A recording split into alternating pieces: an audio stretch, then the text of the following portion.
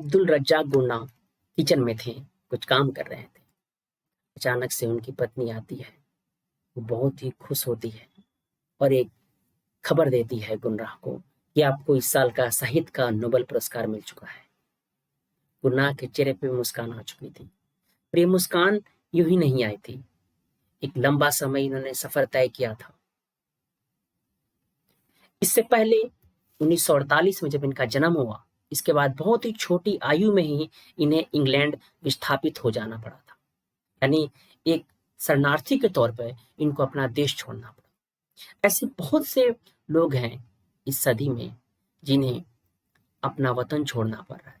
आपको पता है, अभी हाल में ही अफगानिस्तान का जो परिघटना हुआ, इससे लोगों को अपना मुल्क छोड़ना पड़ रहा है।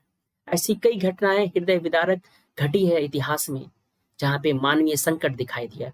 और इस सदी का सबसे बड़ा मानवीय संकट इस समय शरणार्थियों का संकट है, जिसपे एक लंबी बहस चली, राजनीति हुई। सबसे बड़ी बात यह है कि अब्दुल रज्जाक को अपनी माँ की मौत की खबर भी नहीं मिल सकी जब वो इंग्लैंड विस्थापित हुए थे। और इनका जो पैतृक गांव था जंजीबार में, वहीं पे इनकी माँ की अंत्येष्टि किया गया। शायद आज का वो समय वैसा नहीं था। इसीलिए ये अपनी कहानी कंकड़ हृदय में, जिन्होंने इस पीड़ा को आख्यान बनाया। और जब पत्रकारों ने इनसे पूछा, तो इन्होंने हंसते हुए कहा था, मैं अपने बारे में नहीं लिखता। हाँ, हर लेखक का अपना दर्द होता है, लेकिन वो अपने उस दर्द को संपूर्ण समाज, इस विश्व से जोड़ता है।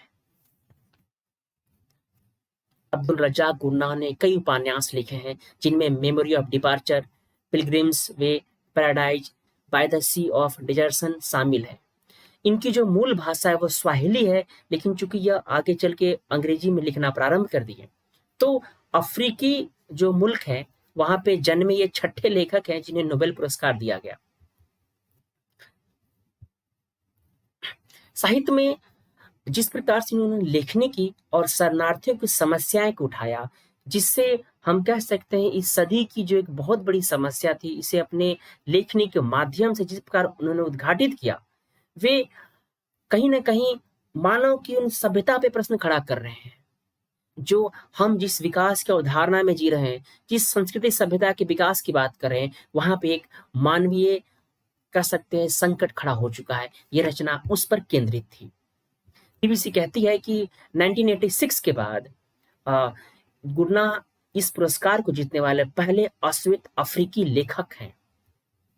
वो कहते हैं कि उन्हें यह पुरस्कार मिलने का अर्थ यह है कि जो शरणार्थी संकट और उपनिवेशवाद जैसे मुद्दे जिनका उन्हें अनुभव हुआ, उन पर शायद अब चर्चा की जाएगी। यानी कि लेखक यह सोच रहा है कि जिस रचना के आधार पे उन्हें इतना प्रतिष्ठित पुरस्कार मिला, तो उम्मीद है कि जिस शरणार्थी संकट अभी गहराया हुआ है, उपनिवेशवाद का जो मुद्दा है, शायद इस पे अब चर्चा की जाएगी।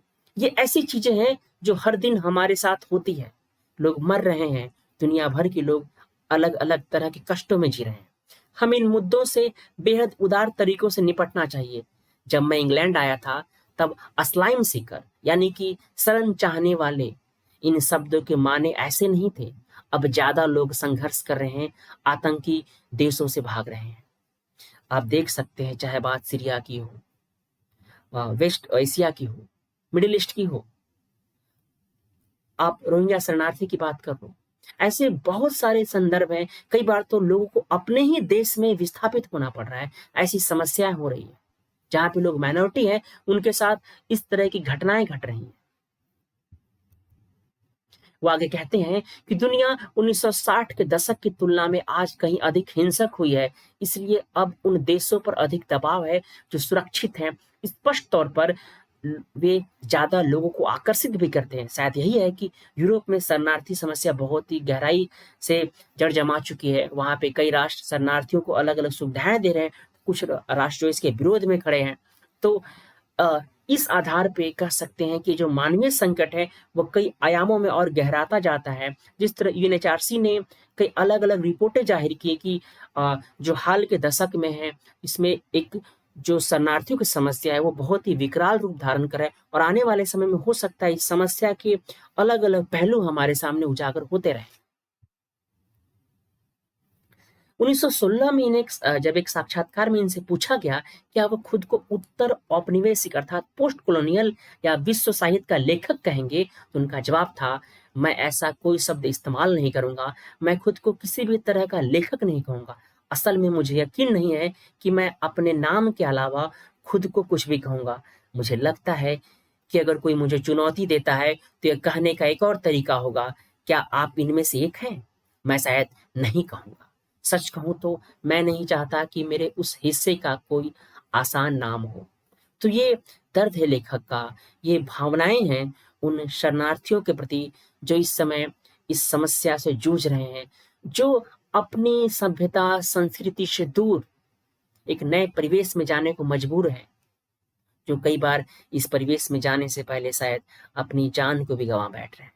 शायद आप सभी इस समस्या से मुखातिब हैं, अवगत हैं।